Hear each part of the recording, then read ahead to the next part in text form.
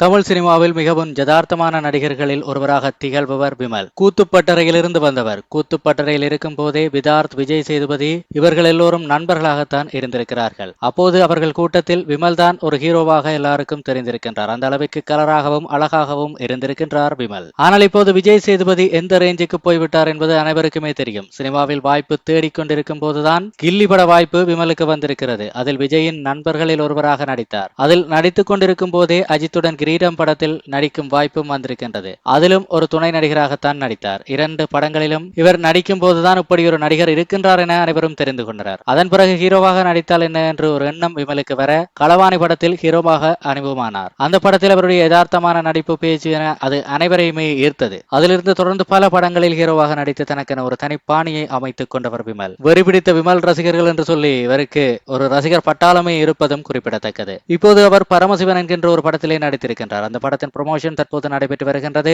வாழ்க்கையில் ஏகப்பட்ட துரோகத்தை பார்த்திருக்கின்றேன், நிறைய பேர் என்னை ஏமாற்றி விட்டார்கள் என்றெல்லாம் சொல்லும் விமல் ஒரு படத்தை தயாரிக்கவும் செய்தார். ஆனால் அது அவருக்கு போதிய வசூலை தரவில்லை. ஏகப்பட்ட கஷ்டங்களை தாண்டி இப்பொழுதுதான் ஒவ்வொரு படங்களின் வாய்ப்பும் அவருக்கு வந்து கொண்டிருக்கின்றது. இந்த நிலையில் அவர் நடித்த இவனுக்கு எங்கேயோ மச்சம் இருக்கு திரைப்படம் பற்றி அவர் பேசுகையிலே இந்த படத்தை பார்த்து என் பொண்டாட்டி காரி துப்பிட்டா என்று கூறியிருக்கின்றார். ஏனெனில் ஹீரோயினுடன் மிகவும் நெருக்கமான காட்சி அந்த படத்திலே இருந்திருக்கின்றது. இந்த படத்திற்கு பிறகு இனி இந்த மாதிரி படங்களில் நடிக்க கூடாது என முடிவெடுத்தேன். அதுக்குன்னு வேற படங்கள் இருக்கிறது. ஆனால் நமக்கு இனி இந்த மாதிரி படங்கள் வேண்டாம் என்று முடிவெடுத்தது ஒரு சிறந்த முடிவு என்றும் இப்போது வேறு ஒரு ஜானரில் படம் நடித்து வருகின்றேன் என்றும் விமல் ஒரு சமீபத்திய பேட்டியிலே கூறியிருக்கின்றார். இவர் நடித்த விலங்கு வெப்சீரிஸ் கூட அதகலமான ஒரு வெற்றியை பெற்றிருந்ததும் குறிப்பிடத்தக்கது.